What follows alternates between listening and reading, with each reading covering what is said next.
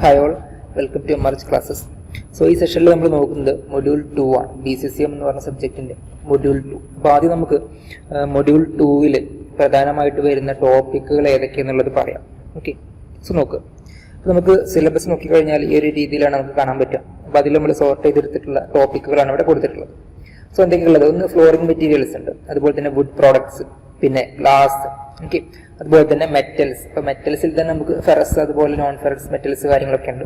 അതുപോലെ water proofing, termite proofing കാര്യങ്ങളുണ്ട്. അങ്ങനെ കുറച്ച് ടോപ്പിക്കുകളുടെ കൊടുത്തിട്ടുണ്ട്. നമുക്കതൊന്ന് ജസ്റ്റ് ഒരു ഡീറ്റെയിൽ ആയിട്ട് ഒന്ന് നോക്കാം. Okay, so first flooring materials ആണ് അല്ലേ.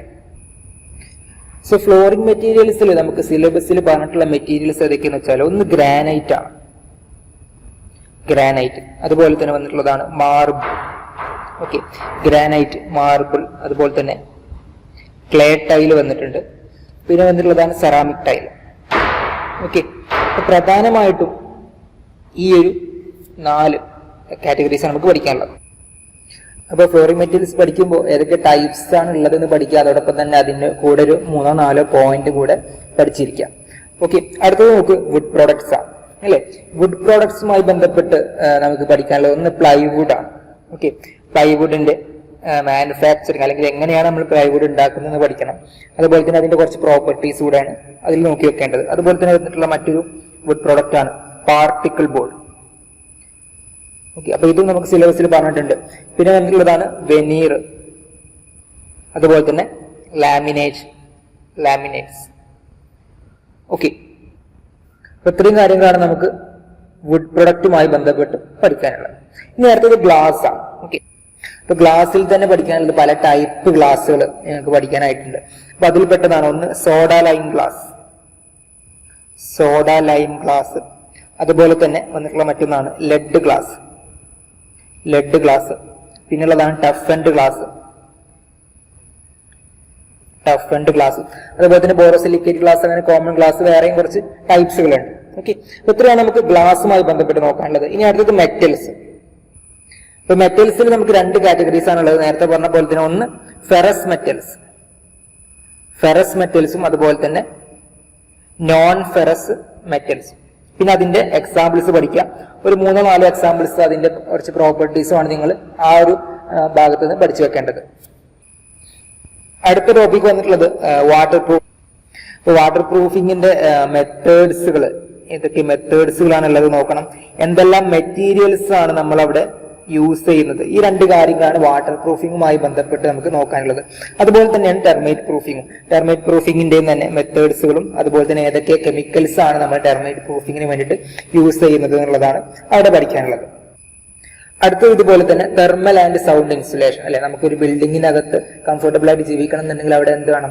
തെർമലി, അതുപോലെ തന്നെ സൗണ്ടും എന്തായിരിക്കണം? ഇൻസുലേറ്റഡ് ആയിരിക്കണം അല്ലെ. പുറത്തുനിന്നുള്ള അൺവാണ്ടഡ് ആയിട്ടുള്ള സൗണ്ടോ അല്ലെങ്കിൽ ടെമ്പറേച്ചറോ നമുക്ക് അകത്തേക്ക് വരാൻ പാടില്ല. അതുപോലെ തന്നെ അകത്തൊരു ആംബിയന്റ് ആയിട്ടുള്ള ഒരു ടെമ്പറേച്ചറും സൗണ്ട് സിസ്റ്റം നമുക്ക് വേണം. അപ്പൊ അതിന് വേണ്ടിയിട്ടുള്ള നമ്മൾ ഏതൊക്കെ മെറ്റീരിയൽസ് യൂസ് ചെയ്തിട്ടാണ് ഈ 2 കാര്യങ്ങൾ അച്ചീവ് ചെയ്യുക, ആ ഒരു മെറ്റീരിയൽസ് ആണ് നമ്മൾ ഈ ഒരു ഭാഗത്ത് പഠിക്കുന്നത്.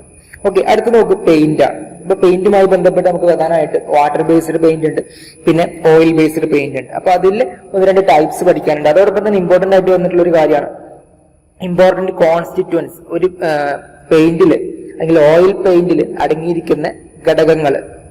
ഓക്കെ, അപ്പൊ important constituents of oil paint വളരെ ഇമ്പോർട്ടന്റ് ആയിട്ടുള്ള ഒരു ഭാഗമാണ്. എല്ലാ ചോദ്യ പേപ്പറിലും കാണുന്ന ഒരു ക്വസ്റ്റ്യൻ ആണത്. ഓക്കെ, അടുത്ത ടോപ്പിക്കാണ് വേസ്റ്റ് മെറ്റീരിയൽസ് ഇൻ കൺസ്ട്രക്ഷൻ. നമ്മൾ വേസ്റ്റ് മെറ്റീരിയൽസ് ഏതൊക്കെ രീതിയിൽ നമുക്ക് കൺസ്ട്രക്ഷൻ ഇൻഡസ്ട്രിയിൽ യൂസ് ചെയ്യാൻ പറ്റും. അപ്പൊ അതിൽ നമുക്ക് പ്രധാനമായിട്ട് 2 ടൈപ്പ് വേസ്റ്റുകളാണ് വന്നിട്ടുള്ളത്. ഒന്ന് അഗ്രോ വേസ്റ്റ്, നമുക്ക് അഗ്രികൾച്ചറിൽ നിന്ന് കിട്ടുന്ന വേസ്റ്റുകൾ. അതുപോലെ തന്നെ വന്നിട്ടുള്ളതാണ് ഇൻഡസ്ട്രിയൽ വേസ്റ്റ്, ഇൻഡസ്ട്രീസിൽ നിന്ന് കിട്ടുന്ന വേസ്റ്റുകൾ. അപ്പൊ ഇത് രണ്ടും മിനിമം ഒരു 3 അതിന്റെ എക്സാമ്പിൾ ആയിട്ട് പഠിച്ചു വെക്കാം. ഓക്കെ, അപ്പൊ സിലബസിൽ നമുക്ക് പറഞ്ഞിട്ടുള്ളത് ഈ ഒരു അഗ്രോ വേസ്റ്റിന്റെ കേസിൽ റൈസ് ഹസ്ക് പറഞ്ഞിട്ടുണ്ട്, അതുപോലെ തന്നെ ബഗേസ്, പിന്നെ കോയർ ഫൈബർ ഒക്കെയാണ് അതിൽ പറഞ്ഞിട്ടുള്ളത്.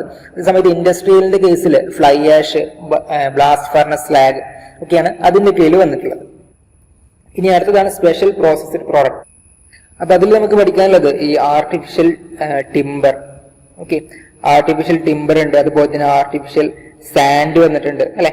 അതുപോലെ തന്നെ MDF, HDF ഇത്തരം സ്പെഷ്യലി പ്രോസസ്ഡ് ആയിട്ടുള്ള മെറ്റീരിയൽസ്, അപ്പൊ അതിന്റെ പ്രോപ്പർട്ടീസ്, അതിന്റെ യൂസുകൾ എവിടെയൊക്കെ വരുന്നത് എന്നുള്ള കാര്യങ്ങളൊക്കെയാണ് അതിൽ പഠിക്കാനുള്ളത്. അതിനുശേഷം നമുക്ക് ലാസ്റ്റ് ഈ ഒരു മൊഡ്യൂളിന്റെ ലാസ്റ്റ് നോക്കാനുള്ളത് സ്ട്രക്ചറൽ സ്റ്റീൽ സെക്ഷൻസ് ആണ്. അപ്പൊ ഏതൊക്കെ സെക്ഷൻസ് ആണ് നമ്മൾ നോർമലി സ്ട്രക്ചറൽ ബിൽഡിങ്സ് അല്ലെങ്കിൽ സ്റ്റീൽ ബിൽഡിങ്സ് നിർമ്മിക്കാനായിട്ട് നമ്മൾ യൂസ് ചെയ്യുന്നത് അല്ലെ? നോർമലി കാണാറുള്ളത് ഐ സെക്ഷൻ കാണാറുണ്ട്, അതുപോലെ തന്നെ ചാനൽ സെക്ഷൻ ഉണ്ടാവാറുണ്ട് അല്ലെ, പിന്നെ ആംഗിൾ സെക്ഷൻ അല്ലെ, ഇതൊക്കെയാണ് നമുക്ക് പ്രധാനമായിട്ട് കാണാറുള്ളത്. പിന്നെ ചിലപ്പോൾ ട്യൂബ് സെക്ഷൻസ് ഉണ്ടാവും അല്ലെ. അപ്പൊ അത് ഏതൊക്കെ സെക്ഷൻസ് ആണ് അതിന്റെ ഒരു ഫിഗർ ജസ്റ്റ് ഒന്ന് വരയ്ക്കാൻ പഠിക്കുക. ആ ഒരു ഭാഗത്ത് നിന്ന് അത്തരം ചോദ്യങ്ങളെ കാണാറുള്ളൂ. അപ്പൊ ഇത്രയാണ് നമുക്ക് മൊഡ്യൂൾ 2 പഠിക്കാനുള്ളത്. അപ്പൊ നേരത്തെ പറഞ്ഞ പോലെ തന്നെ കഴിഞ്ഞ മൊഡ്യൂൾ നമ്മൾ സ്ട്രക്ചറൽ മെറ്റീരിയൽസ് അല്ലെ, ബ്രിക്ക് അതുപോലത്തെ മെറ്റീരിയൽസ് അല്ലെ, ടിമ്പർ ഒക്കെ നമ്മൾ അവിടെ പഠിച്ചിട്ടുണ്ടായിരുന്നു. ഇവിടെ എത്തുന്ന സമയത്ത് മൊഡ്യൂൾ 2 എത്തുന്ന സമയത്ത് കുറച്ചുകൂടി ഫിനിഷിംഗ് ഐറ്റംസ് ആണ് അല്ലെ, ഫ്ലോറിംഗ് മെറ്റീരിയൽ ആയാലും അതുപോലെ തന്നെ ഗ്ലാസ് ആയാലും പെയിന്റ് ഒക്കെ വരുന്നത് നമുക്ക് ഫിനിഷിംഗ് കാറ്റഗറീസിലാണ്. അപ്പൊ അത്തരം മെറ്റീരിയൽസുമായി ബന്ധപ്പെട്ടുള്ള കാര്യങ്ങളാണ് ഈ മൊഡ്യൂൾ 2 നമുക്ക് പഠിക്കാനുണ്ടായിരുന്നത്. ഓക്കെ, അപ്പൊ നമുക്ക് ഈ ഒരു വീഡിയോയിൽ ജസ്റ്റ് ഒരു ടോപ്പിക് ഒന്ന് ഡിസ്കസ് ചെയ്യാം. അപ്പൊ അതിന് വേണ്ടിയിട്ട് എടുത്തിട്ടുള്ളത് വേസ്റ്റ് മെറ്റീരിയൽസ് ആണ്. ഓക്കെ, അപ്പൊ നമുക്ക് അഗ്രികൾച്ചറിൽ നിന്ന് കിട്ടുന്ന വേസ്റ്റ് മെറ്റീരിയൽസിനെ കുറിച്ച് നോക്കാം. സോ നോക്ക്, use of agro waste in civil engineering industry. അപ്പൊ നമുക്ക് പ്രധാനമായിട്ട് നേരത്തെ പറഞ്ഞ പോലെ തന്നെ 3 ടൈപ്പ് അഗ്രോ വേസ്റ്റുകളാണ് നമ്മൾ യൂസ് ചെയ്യുന്നത്, അല്ലെങ്കിൽ നിങ്ങളുടെ സിലബസിൽ പറഞ്ഞിട്ടുള്ളത് അതിൽപ്പെട്ട 3 ഇവിടെ കൊടുത്തിട്ടുള്ളത്. ഒന്ന് ബഗാസ്, അതുപോലെ തന്നെ റൈസ് ഹസ്ക് ഹാഷ്, പിന്നെ വന്നിട്ടുള്ളത് കോയർ ഫൈബേഴ്സ്. ഓക്കെ, അപ്പൊ നമുക്ക് ആദ്യം ബഗാസുമായി ബന്ധപ്പെട്ടുള്ള കാര്യങ്ങൾ നോക്കാം. ഫസ്റ്റ് നോക്കും, by product of sugar cane mill. അപ്പൊ ഷുഗർ കെയിൻ മില്ലിൽ നിന്ന് കിട്ടുന്ന ഒരു ബൈ പ്രൊഡക്റ്റ് ആണ് എന്ത്, ബഗാസ് അല്ലെ. നമുക്ക് നോർമലി നമ്മൾ കരിമ്പ് മെഷീനിലൊക്കെ ഇട്ടതിന് ശേഷമുള്ള ആ ഒരു കരിമ്പിന്റെ ചണ്ടി അല്ലെ, ആ ഒരു വേസ്റ്റിനാണ് നമ്മൾ എന്ത് പറയാം, ബഗാസ് എന്ന് പറയാം. അപ്പൊ അത് എന്താണ്, solid by product when the liquid components are extracted from the plant. അപ്പൊ ഷുഗർ കെയിനിൽ നിന്ന് ആ ലിക്വിഡ് ആയിട്ടുള്ള ഷുഗർ അല്ലെ, ആ ഫ്രക്ടോസ് അല്ലെങ്കിൽ ഗ്ലൂക്കോസ് എക്സ്ട്രാക്ട് ചെയ്തതിനു ശേഷം ബാക്കിയുള്ള ആ ഒരു സോളിഡ് പ്രോഡക്റ്റിനാണ് നമ്മൾ എന്ത് പറയുന്നത്, ബഗാസ് എന്ന് പറയാം. അപ്പൊ അത് എവിടെ യൂസ് ചെയ്തിട്ടുള്ളത്, is used as A mineral admixture in concrete and mortar. അപ്പൊ കോൺക്രീറ്റിനകത്തും അതുപോലെ തന്നെ മോർട്ടാറിനകത്തും നമുക്ക് എന്ത് ചെയ്യാൻ പറ്റും, ഈ ഒരു ബഗാസ് ആഷ് ഉൾക്കൊള്ളിക്കാനായിട്ട് പറ്റും. ഓക്കെ, അതുപോലെ തന്നെ it is also used for making bagasse brick. അപ്പൊ ബ്രിക്ക് നിർമ്മിക്കാൻ വേണ്ടിയിട്ട് നമുക്ക് യൂസ് ചെയ്യാം. അതുപോലെ തന്നെ നമ്മൾ അതിന്റെ യൂസ് പറഞ്ഞിട്ടുള്ളതെന്ന് കോൺക്രീറ്റിനകത്തും അതുപോലെ തന്നെ മോർട്ടാറിനകത്തും അഡ്മിക്സ്ചർ ആയിട്ട് ആഡ് ചെയ്യാനായിട്ട് പറ്റും. ഓക്കെ, അപ്പോൾ 3 കാര്യങ്ങൾ അവിടെ പറഞ്ഞു. എവിടെ നിന്നാണ് നമുക്ക് ബഗാസ് കിട്ടുന്നത് എന്ന് പറഞ്ഞു, പിന്നെ അതിന്റെ 2 യൂസുകൾ കൂടെ പറഞ്ഞിട്ടുണ്ട്. അപ്പൊ അത് ഓർത്തിരിക്കുക. ഇനി അടുത്തത് റൈസ് ഹസ്ക് ആഷ് അല്ലെ. എന്താണ് റൈസ് ഹസ്ക് ആഷ് എന്ന് വെച്ചാൽ, it is a by product of agriculture and is generated in rice mill അല്ലെ. റൈസ് മില്ലുകളിൽ നമുക്ക് കിട്ടുന്നതാണ് അല്ലെ. അരിയുടെ തവിട്, ഒരു അരിയുടെ പുറത്തുള്ള ഒരു കോട്ടിങ്ങിനാണ് എന്ത് പറയാ, റൈസ് ഹസ്ക് എന്ന് പറയാം. അപ്പൊ അതിന്റെ പ്രത്യേകത എന്താണെന്ന് വെച്ച് കഴിഞ്ഞാൽ, ഈ റൈസ് ഹസ്കിനകത്ത് നല്ല എമൗണ്ട് എന്തുണ്ട്, സിലിക്ക ഉണ്ട്.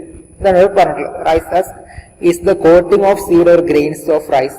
When properly burned, rice husk contains high amount of silica.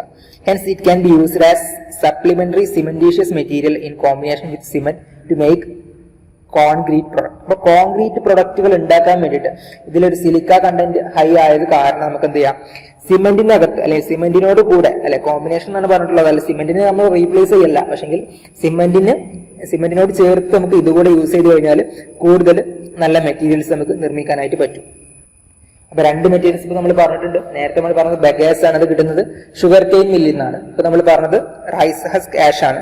അപ്പൊ അതുമായി ബന്ധപ്പെട്ടുള്ള കാര്യം നോക്കുക. അതിൽ ഓർത്തിരിക്കേണ്ട ഒരു പോയിന്റ്, അതിൽ സിലിക്ക കണ്ടന്റ് ഹൈ ആണ്. അതുകൊണ്ട് തന്നെ നമുക്ക് കോൺക്രീറ്റ് പ്രോഡക്റ്റുകളിൽ ഇത് യൂസ് ചെയ്യാനായിട്ട് പറ്റും. ഇനി അടുത്തത് ലാസ്റ്റ് വൺ ഏതാണ്, കോയർ ഫൈബർ അല്ലെ. എന്താ കോയർ ഫൈബർ എന്ന് വെച്ച് കഴിഞ്ഞാൽ, നമുക്ക് തേങ്ങൊക്കെ അല്ലെ പൊളിച്ചു കഴിഞ്ഞാൽ ആ ചകിരി നാരിനെയാണ് നമ്മൾ എന്ത് പറയാം, കോയർ ഫൈബർ എന്ന് പറയാം. അപ്പൊ ആ ഒരു കോയർ ഫൈബറിന്റെ പ്രത്യേകത എന്താണെന്ന് വെച്ച് കഴിഞ്ഞാൽ, നല്ല ടഫ്നെസ് ഉള്ള ഒരു മെറ്റീരിയൽ ആണ്.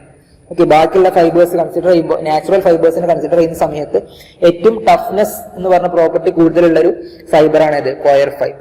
Okay, so coir fibre is the natural fibre extracted from the husk of coconut. കോക്കനട്ടിന്റെ ഹസ്ക്, അതിൽ നിന്ന് എടുക്കുന്ന ഫൈബറിനാണ് നമ്മൾ എന്ത് പറയാം, കോയർ ഫൈബർ എന്ന് പറയാം. അതുപോലെ തന്നെ coir fibre is the thickest and most resistant of all commercial natural fibre. നേരത്തെ പറഞ്ഞ പോലെ തന്നെ നാച്ചുറൽ ഫൈബേഴ്സിന് കൺസിഡർ ചെയ്യുമ്പോൾ അതിൽ ഏറ്റവും തിക്കസ്റ്റ് ആയിട്ടുള്ളതും മോസ്റ്റ് റെസിസ്റ്റന്റ് ആയിട്ടുള്ള എന്താണ് ഫൈബർ എന്ന് വെച്ച് കഴിഞ്ഞാൽ അത് കോയർ ഫൈബർ ആണ്. പിന്നെ low decomposition rate is the key advantage for making durable product. Low decomposition rate എന്ന് വെച്ചാൽ എന്താണ്, പെട്ടെന്ന് അത് ജീർണിച്ച് പോകില്ല അല്ലെ. അപ്പൊ അതുകൊണ്ട് തന്നെ നമുക്ക് എന്ത് ചെയ്യാം, കൂടുതൽ ഡ്യൂറബിൾ ആയിട്ടുള്ള പ്രോഡക്റ്റുകൾ ഇത് വെച്ചിട്ട് ഉണ്ടാക്കാനായിട്ട് പറ്റും. Okay, it is used in coir fiber reinforced concrete and coir geotextiles.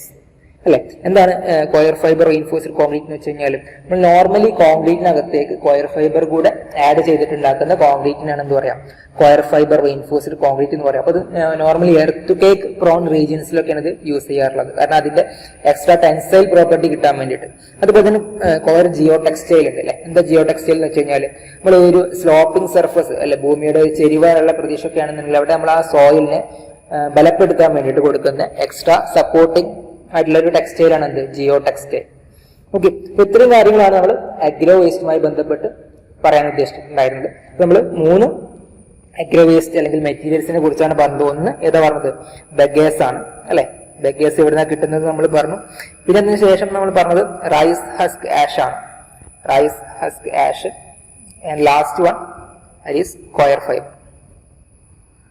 Okay, ഇതുമായി ബന്ധപ്പെട്ട് നമ്മൾ ഇത് ഓരോ പ്രൊഡക്റ്റും നമുക്ക് എവിടുന്ന് കിട്ടുന്നതെന്ന് പറഞ്ഞു, അതിന്റെ യൂസേജ് എവിടെയാണെന്നുള്ളതും പറഞ്ഞു. അപ്പോൾ ഇത്രയാണ് നമുക്ക് ഈ ഒരു അഗ്രോ വേസ്റ്റുമായി ബന്ധപ്പെട്ട് പഠിക്കാനുണ്ടായിരുന്നത്. ഇനി ഇതോടൊപ്പം തന്നെ നിങ്ങൾ ചേർത്ത് പഠിക്കേണ്ട മറ്റൊരു ടോപ്പിക്കാണ് ഇൻഡസ്ട്രിയൽ വേസ്റ്റ്. ഓക്കെ, അപ്പോൾ നമ്മൾ സിലബസിൽ പറഞ്ഞിട്ടുണ്ട് ഏതൊക്കെയാണ് ഇൻഡസ്ട്രിയൽ വേസ്റ്റ് വന്നിട്ടുള്ളത് എന്നുള്ളത്. അപ്പോൾ അത് നിങ്ങൾ പഠിക്കും.